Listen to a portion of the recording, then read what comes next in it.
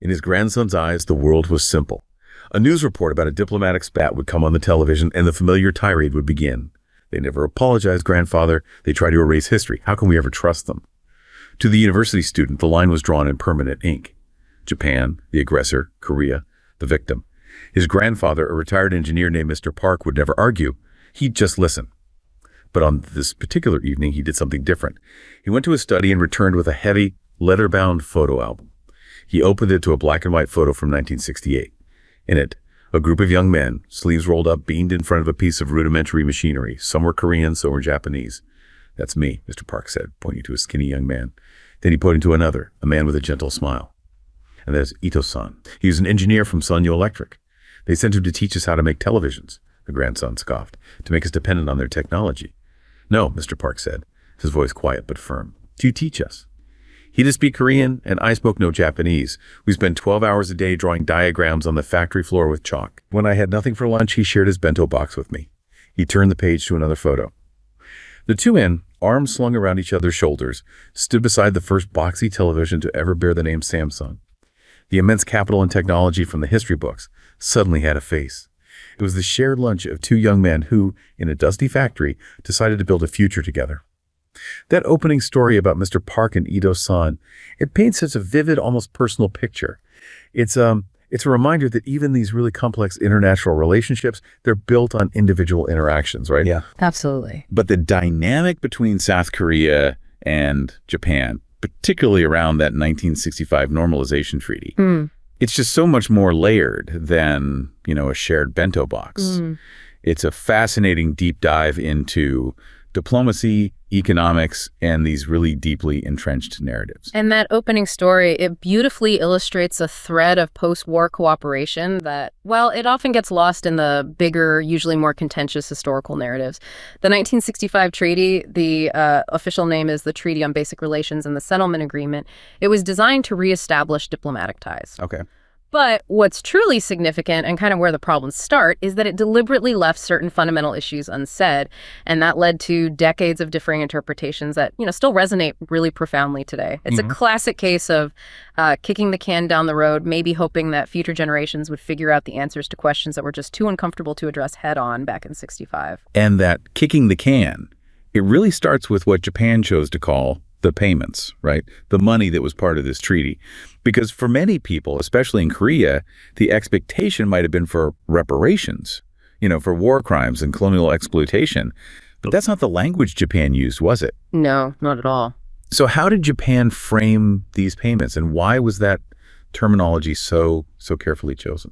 Yeah, you've hit on a crucial point there. Japan's official stance was that these payments were emphatically not reparations for war crimes. Instead, they meticulously termed them independence congratulatory money, dokuritsu shokugaken, or sometimes, in trade documents, economic cooperation, kaizai kuchuroku. Interesting choice of words. Very deliberate. It wasn't an oversight or a casual choice. It was a very specific diplomatic maneuver. The goal, from Japan's perspective, was, partly to pay less money than what had been given to other exploited Asian countries, like the Philippines, for instance. Yeah. And also to avoid formally admitting to war crimes or, state responsibility for the whole colonial period. The crucial takeaway here is that from day one, this foundational agreement was built on this deliberate semantic ambiguity, a kind of diplomatic tightrope walk where both sides chose different narratives for their people, which really set the stage for future arguments. So, even though money changed hands, Japan was really keen on making sure it wasn't seen as, like, an admission of legal obligation or a direct payment for past wrongs. Precisely. From the Korean perspective, though, despite Japan's careful terminology, many Koreans absolutely considered these payments to be de facto reparations, for the colonial exploitation, the atrocities they saw it as compensation, whatever the official label said. Right. And here's where that ambiguity really created a long-term ripple effect. Documents, secret for 40 years, were finally disclosed in 2005. Wow, 40 years. Yeah. And these revealed that Japan explicitly tried to avoid mentioning reparations, focusing instead on resolving financial and civil relations regarding loans and debts, just focusing on that civilian aspect. Now, ironically, this narrow focus on the civilian stuff, it actually opened the door for future lawsuits related to state-led military war crimes, things like the comfort women issues. It was a diplomatic move designed to avoid liability in one area, but it kind of inadvertently created a legal path for future claims in another. That sounds like, yeah, a significant diplomatic misstep, maybe, with really long-term consequences. So what was Japan's response once this sort of legal loophole became clear? Well, it definitely shows the unpredictable nature of these kinds of diplomatic compromises. From Japan's side, there was also a critical legal point they relied on. Korea wasn't a signatory to the 1951 Treaty of San Francisco. Okay. And that treaty, Article 14 specifically, stipulated reparations by Japan. So Japan argued, look, under that treaty, we have no direct legal obligation to pay reparations to Korea. I see. So from Japan's viewpoint, the payments were more like a political concession made in the interest of normalization, getting relations back on track, not a formal legal admission of guilt for war crimes. And that distinction was incredibly important for Japan's internal story and its post-war legal standing. So if Japan didn't feel a direct legal obligation under that specific treaty, and Korea still urgently needed resources, it really sounds like this deal was born out of some intense political pressure, maybe. Yeah. And just a pressing need to normalize relations, even if it meant, well, glossing over some pretty fundamental disagreements. That's a really astute observation. The deal was, at its heart, a crucial political compromise. Both sides saw they had to move forward, right? To establish diplomatic ties that had been cut off for decades, and for Korea to secure the economic capital it desperately needed for its nascent industrialization. Right, the very beginning. Yeah. So both sides accepted this inherently ambiguous wording. They basically agreed to maintain separate public narratives about the payments and, the whole history before that. It was a pragmatic, almost maybe cynical way to move forward, even if it meant sweeping these fundamental disagreements under the rug. And the actual negotiation documents, they were sealed for 40 years, only becoming public in 2005, which, like we said, added another layer of complexity later. Yeah. This really highlights what some have called a crude form of agreement. Basically, both sides would go back to their people and tell two different stories, and neither government would officially challenge the other's version. And it makes you wonder about the long-term emotional and historical cost of a compromise like that. There's one perspective that actually compares this relationship to like a former European colonial power being next door neighbors with an African state they brutally exploited, but a state which has since risen to similar economic standing. That really underscores the enduring complexity and the power dynamics, doesn't it? It does. It's not just about historical fact, it's about power, identity, and just really deep-seated emotion. It's a very apt and poignant analogy. It emphasizes that while the economic landscape has changed dramatically and Korea has achieved truly astonishing growth, the emotional and historical baggage, it remains incredibly heavy. Yeah. It's about more than just numbers. It's about narratives, national pride, and these unresolved grievances that continue to shape the present and can, easily flare up. This deliberate ambiguity of 1965, it was less about resolving issues and more about finding a modus vivendi, a way to coexist and do business despite these profound historical wounds. So if this really complex and ambiguous treaty was the foundation, how did it actually translate into South Korea's famous Miracle on the Han River? Yeah. I mean, Stark's story highlights technology transfer, but how did that independence congratulatory money, or as Korea saw it, reparations, how did that actually become the immense capital and technology that truly shaped South Korea's industrialization and created these global giants like Samsung and Hyundai? Was it just a simple cash injection, or was there more to the mechanism? Yeah, connecting this to the bigger picture, the economic impact of the 1965 treaty was, profound, although initially it was characterized by a clear power imbalance. This agreement laid a critical foundation for Korea's rapid economic growth, the Miracle on the Han River, through very specific and strategically channeled mechanisms of capital and technology transfer. Okay. It wasn't just a simple handout, it was really a foundational investment designed to ignite industrialization. Let's talk numbers then. Yeah. What was the scale of this financial injection? How was it distributed across the Korean economy? Okay, so the Japanese government provided a pretty substantial financial package. It totaled $800 million.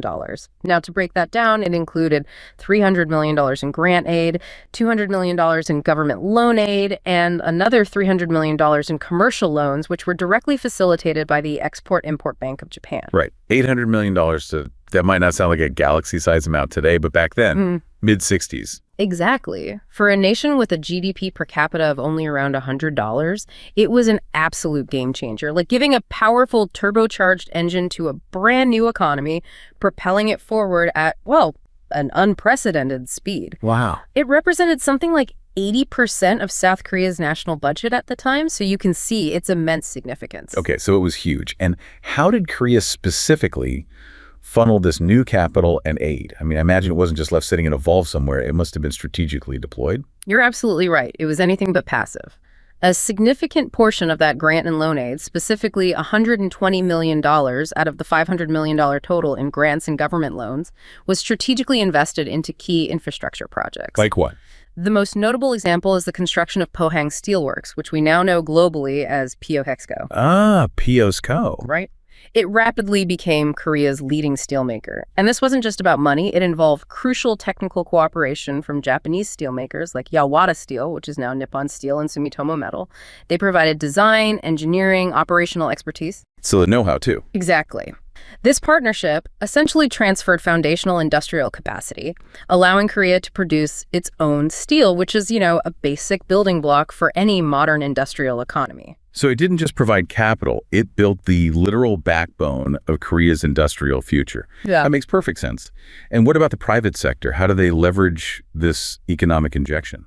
Well, the over $500 million in commercial loans facilitated by the Export-Import Bank of Japan that was used to import essential machinery and entire industrial plants from Japan. Okay. This provided a critical immediate boost to Korea's fledgling manufacturing sector. We're talking about everything from textile machinery and chemical plants to basic electronics assembly lines. It's the actual tools. The actual tools. It wasn't just money, it was the direct import of the physical means of production.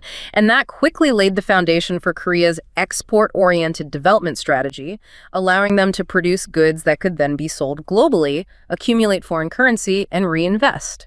Ah, okay, so this is where Mr. Park and Ito-san really fit into the grand scheme. It sounds like this wasn't just about importing factories, but also about the direct transfer of knowledge and know-how, in their story. That's it, precisely. Korea's rapid economic growth was heavily reliant not only on importing intermediate goods from Japan, but also on technical cooperation and joint ventures with Japanese enterprises. Gotcha. Take the examples we saw with Mr. Park. Mitsubishi Motors cooperated extensively with Hyundai Motors on engine development, even took an equity stake in Hyundai. Right. And Sumitomo Corporation's joint venture with Samsung Electronic Tube, now Samsung SDI, that was absolutely crucial for manufacturing color TV picture tubes. That directly illustrates how Mr. Park and Ito-san could build the first Samsung television. Yeah. This was the direct person-to-person transfer of technology and expertise, not just selling a product, but teaching how to build it, basically from the ground up, allowing Korean engineers to learn incredibly rapidly. That makes perfect sense. It's the difference between, giving someone a fish and teaching them to fish. Japan, in many ways, was teaching Korea how to build an entire fishing industry, or in this case, a manufacturing powerhouse. Well put. But that also suggests a pretty heavy initial reliance, right? Almost like being tied to a larger, more experienced partner. Absolutely. The dependence was undeniable in the early years. In 1965, a striking 35% of Korea's total imports originated from Japan. Wow, over a third. Yeah, and even by the late 1980s, despite the formal end of official development assistance, the ODA, Japan still accounted for 30% of Korea's imports. Still high. And these weren't just any imports. They included crucial high-tech items like IC semiconductors, specialized steel, advanced automobile parts, complex computer components. You name it. The really important stuff. Exactly. This really underscores Korea's deep, almost structural reliance on Japanese technology for its rapidly expanding electronics, automotive, and machinery industries. This initial phase was certainly characterized by a significant, almost unavoidable dependence. So Japan was supplying the crucial ingredients for Korea's industrial kitchen, basically, enabling them to cook up their own economic miracle. And how did foreign direct investment play into this? Was Japan the main investor pouring money in? Indeed. The law on foreign capital importation, which was enacted in 1966, almost perfectly coincided with the Normalization Treaty and that influx of economic cooperation funds. And Japan quickly became a dominant source of inward foreign direct investment, or FDI, for Korea, particularly throughout the 70s and 80s. How dominant. At its peak in 1985, Japan accounted for a staggering 84.3% of total inward FDI into Korea. 84%. That's huge. It's massive. Japanese firms invested across both manufacturing and service sectors, often through initial technical cooperation contracts that later led to equity participation or full joint ventures. It was like a well-oiled machine, seamlessly connecting Japanese capital and know-how with Korea's ambition, lower labor costs back then, and its burgeoning workforce. This ensured that the flow of technology and capital was robust and really integrated into the very fabric of Korea's industrial growth. Okay. But despite all this growth, this massive infusion of Japanese capital and technology, there's always been this lingering issue, right? This persistent trade imbalance between the two countries. It's not exactly a small detail. It reflects a deeper structural relationship, doesn't it? It's a very consistent and, yeah, often contentious feature of their economic relationship. Korea has never achieved a trade surplus with Japan since the 1965 treaty. Yeah. Never. Yeah. Never. And the deficit, it's grown significantly over decades, from just about $1 million in 1974 to a massive $20–30 billion annually after 2004. Wow. This is a stark contrast to Korea's overall global trade surplus, which, with some exceptions like the 2008 financial crisis, has usually been in the tens of billions annually. So this persistent deficit with its closest advanced neighbor, it reveals a continued reliance on high-value Japanese components and technologies. Wow, that's quite a persistent pattern. So what does Korea try to do about this? I mean, I assume they didn't just sit back and let the deficit grow unchecked. Not at all. Tapping into, strong nationalistic sentiment, especially given the memory of colonial rule, the Korean government implemented several localization policies. The goal was to foster domestic competitiveness and reduce this trade deficit. What did those look like? Well, examples include the first 5-year plan for correction of trade imbalance with Japan back in 1986, and then the second 5-year plan for localization of machinery, materials, and components in 1992. The explicit goal was to reduce reliance on Japanese imports by developing their own equivalent industries, building domestic supply chains for critical components. Okay, ambitious plans. Did they work? Did Korea finally manage to balance the scales in trade with Japan? Partially, yes, but it was a nuanced success, especially where Japan was concerned.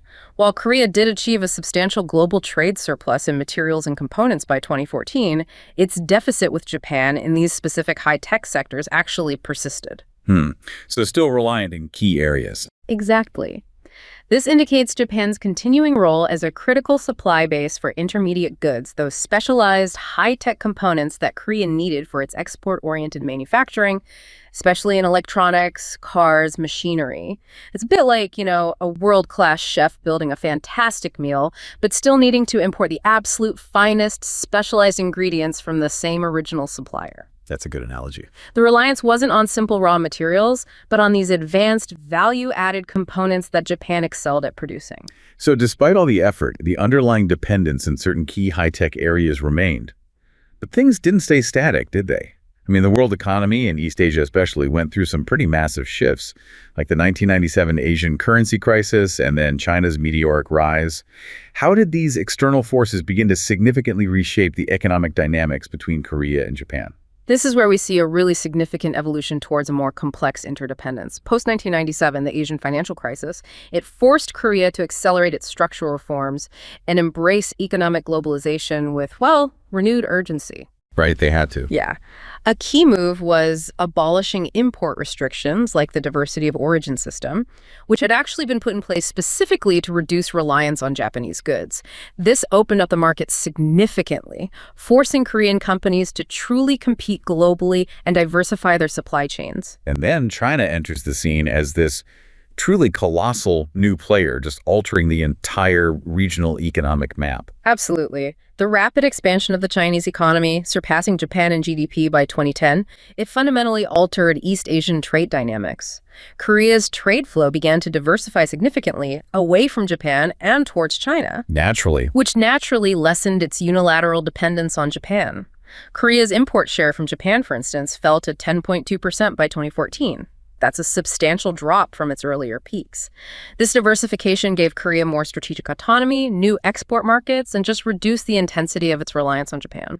So a less one-sided relationship from a trade perspective. That seems like a positive development, but what about investment? Did Japanese money still flow into Korea, or did that also shift more towards China? Interestingly, Japanese foreign direct investment, FDI, into Korea actually surged in certain periods after the crisis. While it hovered around $400 million annually in the 90s, It jumped significantly to $1.8 billion post-1999 Asian crisis, and even hit $4.5 billion in 2012. Wow, why the surge? Well, part of this was attributed to the 2011 Great East Japan earthquake, which prompted Japanese firms to look for more resilient and diversified alternative production bases. But more broadly, this surge in FDI reflects Japanese firms increasingly supplying advanced materials and components directly within Korea to global Korean companies like Samsung, LG, and Hyundai. Ah, so supplying them in Korea. Exactly. They recognize Korea's improved infrastructure, its high technology levels, its highly skilled human resources as valuable assets for their own global supply chains, rather than just seeing Korea as a recipient of aid or basic manufacturing outsourcing. That sounds like a true evolution then, from that maybe more hierarchical master-apprentice dynamic early on to something resembling more of a partnership. Are we seeing more direct collaboration between Korean and Japanese companies now, perhaps on a global scale? Indeed. Since around 2000, economic cooperation between Korean and Japanese firms has definitely expanded, particularly in areas like energy and resource development projects in third countries. Interesting. Like where? A prime example is the Tehama cogeneration plant in Saudi Arabia back in 2003. Korea's Hyundai Industries partnered with Japan's Mitsui Corporation. This leverages their complementary strengths, right? Japan often brings significant financing capabilities, strong information gathering networks. Right, the money and connections. Exactly. While Korea offers world-class construction expertise and really efficient project execution, it signifies a move towards genuine interdependence, where they're working together to conquer new markets, jointly address global challenges, rather than just one supplying the other. And looking ahead, are there any big picture trade agreements or economic frameworks that could deepen this interdependence even further, despite all the historical complexities? Absolutely. Ongoing negotiations for these mega FTAs, like the China-Japan-Korea FTA, CJK FTA, the Regional Comprehensive Economic Partnership, RCEP, which both are members of, and even the Trans-Pacific Partnership, TPP. Though Japan is a member and Korea is still considering, these are all expected to further intensify economic relations and interdependence between Korea and Japan. Despite past challenges with purely bilateral FTA negotiations just between the two of them, these broader regional frameworks could really push them closer economically, creating an even more complex web of shared interests that might over time begin to transcend or at least mitigate some of the lingering historical disagreements. It's this interesting dance between the pull of history and the undeniable gravitational force of economic reality. Okay, moving beyond the economic ties, let's explore a deeply sensitive area. How South Korea and Japan teach and remember their shared past. We've seen how the 1965 treaty deliberately created space for different narratives.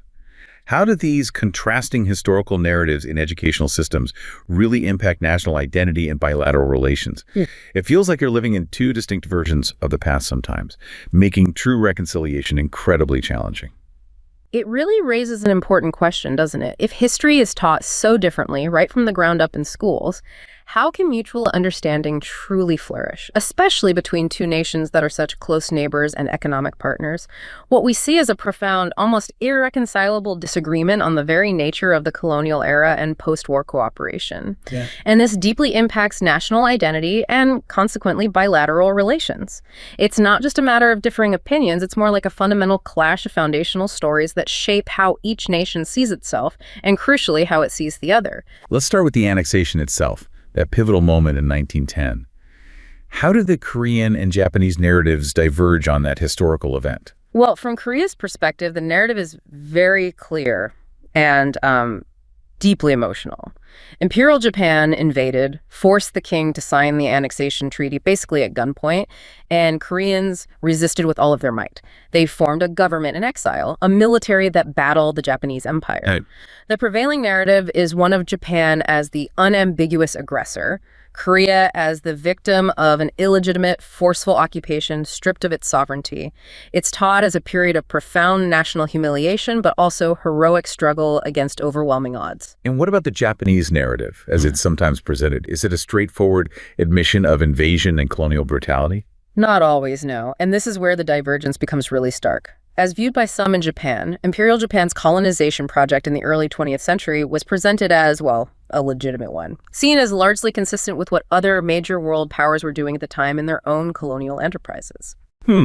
A different framing entirely. Completely. In this view, while Japan regretted losing World War II, they didn't lose the war to Korea. They lost it with Korea. Yeah. The implication being that Korea was an integral part of the Japanese empire and its war effort. Wow. This fundamentally different starting point, which was allowed by those deliberate ambiguities in the 1965 treaty, let both governments perpetuate these really distinct foundational stories about their past relationship. It's like two people watching the same epic historical drama, but having completely different plot summaries and moral conclusions afterwards.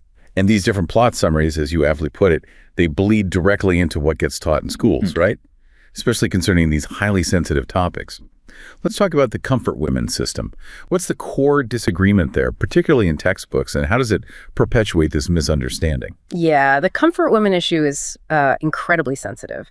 South Korea's expectation is for explicit acknowledgement of the coercive nature of the system and Japan's direct state responsibility for military sexual slavery during the war. However, when we look at Japanese high school history textbooks, specifically those authorized for 2022 use, the picture is quite different. Out of 12 general history textbooks looked at, only one mentions the coercive nature of the system. Only one. Only one. And even then, it appears in a footnote, almost like an afterthought. Most provide only basic facts or refer to post-war compensation via the Asian Women's Fund, which they describe as a private organization, thereby distancing state responsibility. Right. Deflecting. Exactly. And this is seen by critics as largely disregarding the 1993 Kono Statement, which actually did acknowledge coercion and pledge non-evasion in history education. What's more, you have some senior Japanese officials, even prime ministers, who have publicly denied Japan's military or government role in establishing or managing these comfort stations. Really contradicting earlier statements. Directly contradicting earlier statements, which creates this confusing, almost contradictory historical record that just fuels deep resentment and mistrust. So it's not just what's in the textbooks, but what high-profile figures say that further muddies the waters. What about other key terms, like how Japan's imperial actions are described? It seems language choice itself is a battleground. It absolutely is. Yeah. Precisely. Another significant point of contention is the nuanced, often euphemistic use of language. Some Japanese textbooks frame imperial Japan's invasions of other countries as expansions. Expansions, not invasions. Right. For example, Korea's forcible annexation might be presented under a title like Japan's expansion into Asia. This wording was actually a point of major concern about historical distortions as early as 1982. So this isn't new. Right. It indicates a perceived backsliding in historical perceptions over time. This choice of expansion, it implies a sense of, natural growth, a legitimate push outwards rather than forceful conquest and illegal occupation, which, as you can imagine, doesn't sit well at all with those who experience the latter. It subtly shifts the moral weight of those actions. And then there's the long-standing territorial dispute over Dokdo, or Takshima as Japan calls it. I'm guessing that's not glossed over in Japanese textbooks either. Far from it, no. This particular territorial dispute is a recurring flashpoint. Japanese geography and civics textbooks explicitly state that Dokdo is inherently Japanese territory, currently being illegally occupied by South Korea. Wow, strong words. Illegally occupied. Yes, often referencing a January 1905 cabinet decision to incorporate it into Japan. There's no ambiguity whatsoever from their side in the educational materials. It's presented as an established, undisputed fact, which directly contradicts the Korean narrative of long-standing Korean sovereignty over the islands. Okay. And the Kanto earthquake massacres of 1923. A truly horrific event where Koreans were targeted and killed by vigilante groups, even police, amidst the chaos. How is that handled in Japanese textbooks? Japanese textbooks are notably vague regarding these tragic massacres. They tend to obscure the Japanese government's responsibility. They use more neutral terms like killing or murder instead of massacre. And crucially, they often fail to explain the pervasive discriminatory attitudes and the false rumors that fueled these acts. This gives the impression of maybe isolated incidents of violence rather than a systematic, prejudiced violence against Koreans during a time of national crisis. The lack of detailed context makes it difficult for students to understand the underlying motivations and the sheer scale of the tragedy. It truly sounds like a constant negotiation over not just what happened, but how it happened, why it happened, and really what it means for national identity today. This brings us to the Joint History Research Project. Was that an attempt to finally get everyone on the same page, maybe build a shared understanding of history? In theory, yes, and it started with genuine hope. The project was initiated between then Prime Minister Koizumi and President Kim Dae-jung back in October 2001. The goal was to promote mutual understanding concerning accurate historical facts. Historians from both nations conducted joint research. Okay, so scholars talking to scholars. Exactly. And they even achieved a partial resolution on one significant point.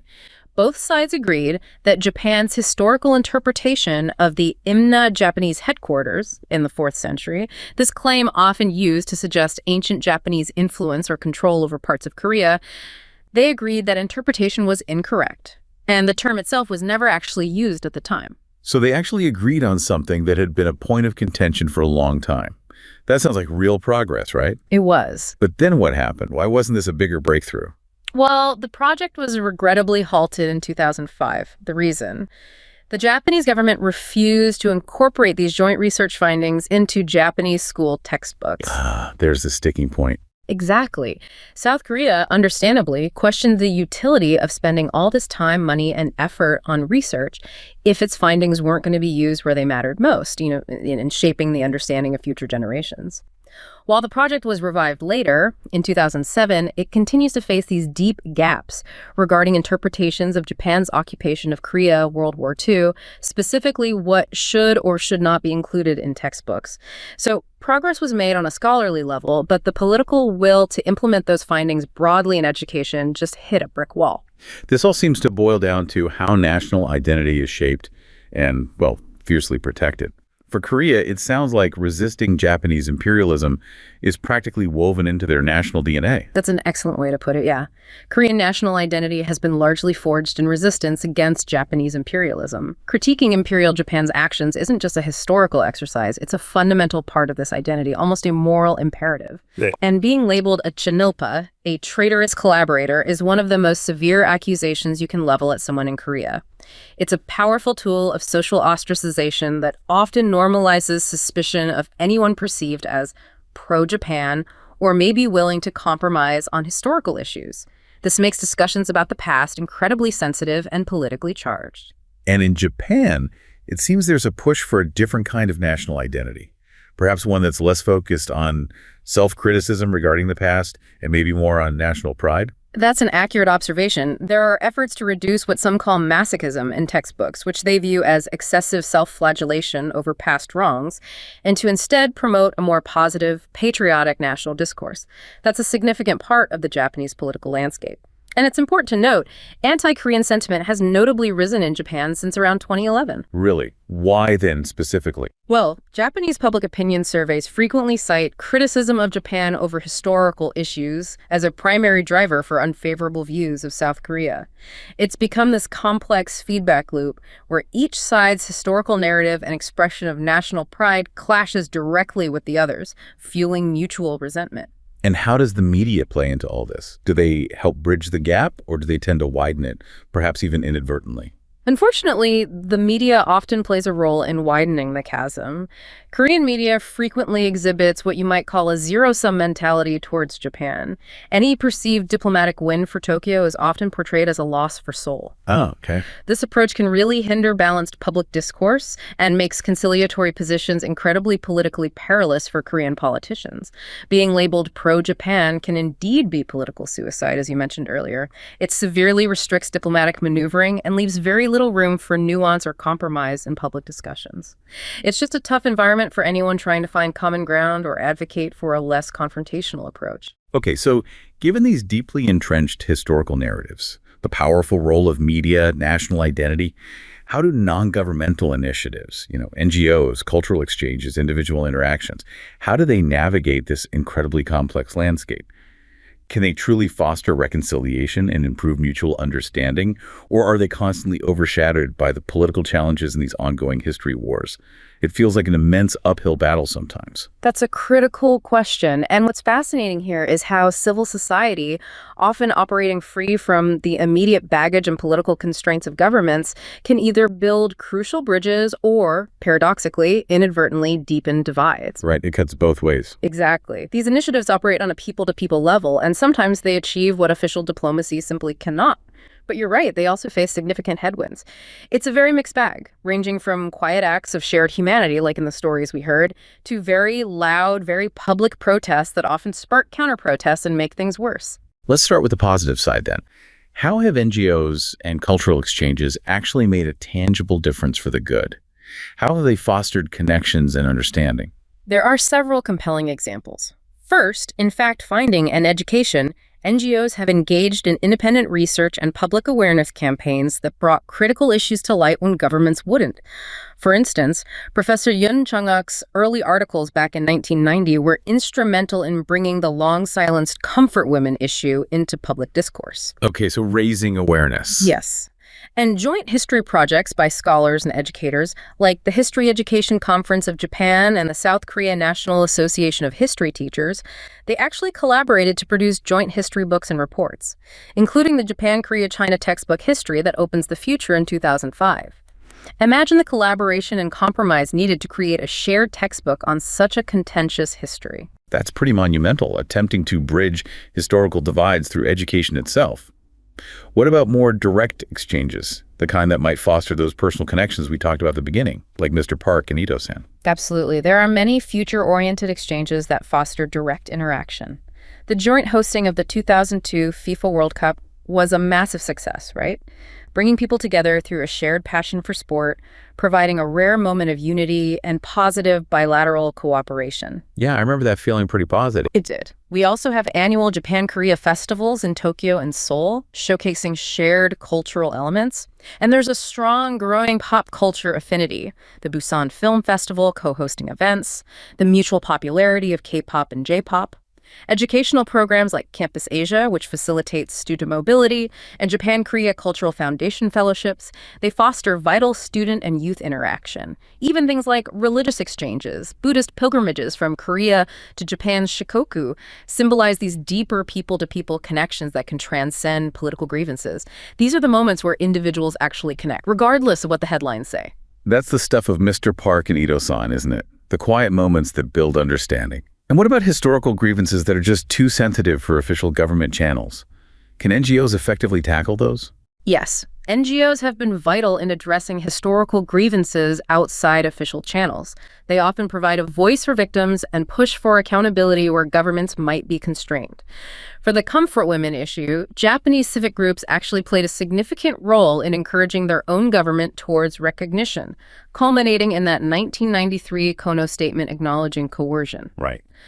The state-backed Asian Women's Fund from 1995 to 2007 offered medical support and atonement money, though it ultimately closed without fully reaching all Korean victims, leaving the issue unresolved for many NGOs. But Japanese NGOs, like the Violence Against Women in War Network, they continue to demand recognition and upholding the Kono Statement. Memorials and commemorations for victims are organized in Japan. So there's activism within Japan, too. Absolutely. And there's been collaboration on returning cultural artifacts removed during the colonial period with institutions like Yamaguchi Prefectural University and Kyungnam University working together. Joint efforts to locate and repatriate remains of wartime laborers from Hokkaido to Korea also demonstrate this grassroots commitment. The Utoro Peace Memorial Museum, for instance, it chronicles the legal battle of descendants of wartime Korean workers, a great example of public-private partnerships aiding a community on a very personal level. So NGOs can even act as a kind of political lubricant sometimes, making it easier for governments to re-engage or address issues that are otherwise just intractable in official diplomacy. Precisely. Civil society can provide crucial political cover for governments to re-engage without losing face. For example, the ROK foreign minister meeting the Japanese ambassador at a cultural festival in 2014 that was a symbolic gesture signaling a thaw. Business councils, like the Federation of Korean Industries and Japan Business Federation, resumed meetings after a 7-year hiatus, actively supporting broader diplomatic re-engagement. Even President Moon Jae-in, with his strong ties to civil society, attempted that dual-track approach, trying to separate history issues from security and economic cooperation, including reviewing the 2015 Comfort Women Agreement with direct NGO input. It showed an effort to manage civil society influence while still maintaining functional relations. Okay, it sounds like a lot of good, quiet, maybe bridge-building work is happening at the grassroots level. But let's be realistic. NGOs aren't always a force for pure good, especially when it comes to these deeply emotional historical issues.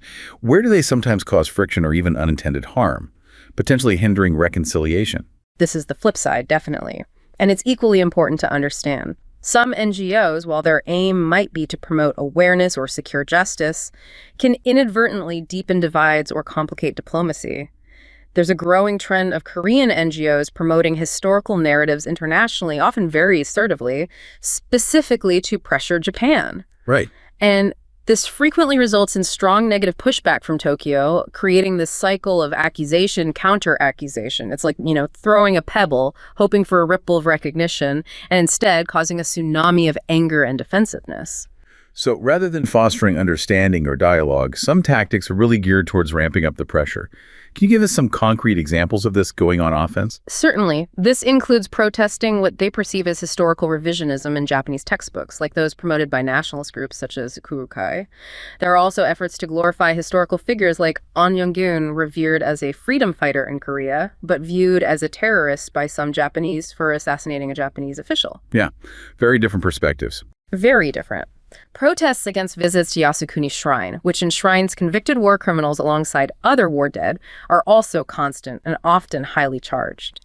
Beyond public protests, groups like Korean American Civic Empowerment, KACE, have run newspaper ads, organized petitions demanding apologies from Japanese leaders, even trying to prevent a Japanese prime minister from speaking to the U.S. Congress without first renouncing historical revisionism. That's a very public and, aggressive approach designed to create international pressure. Are there any more controversial actions, perhaps less diplomatic, that complicate matters even further? Unfortunately, yes. There have been instances of Korean citizens attempting to recover historical artifacts from Japan by force, like the Tsushima statues or the Berinji temple artifacts. These actions directly contradict diplomatic efforts to return cultural heritage through peaceful, legal means and really undermine the rule of law. Then there are the history wars themselves, fought on international platforms like UNESCO.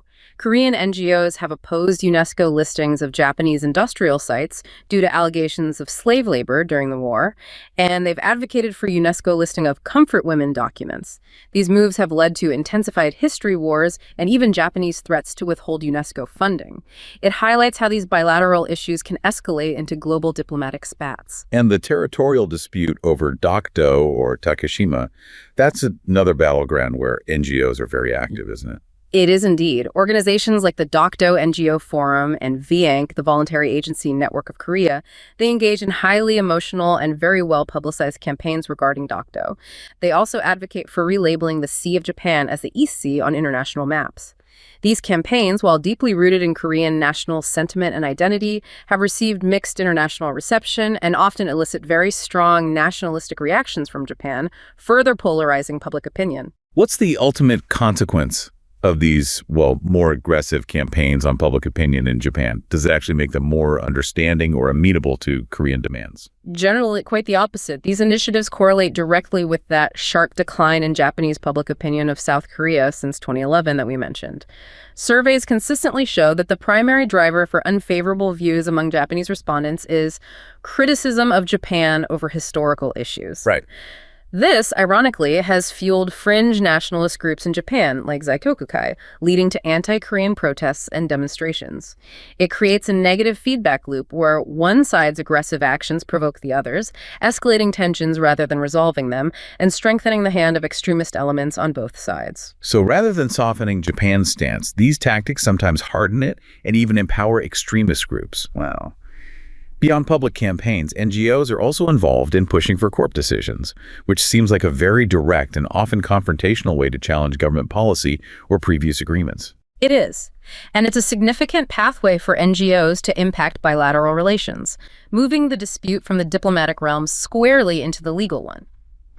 The Korean Council for the Women drafted for military sexual slavery by Japan, established way back in 1990, has been instrumental in advocating for comfort women survivors. Okay.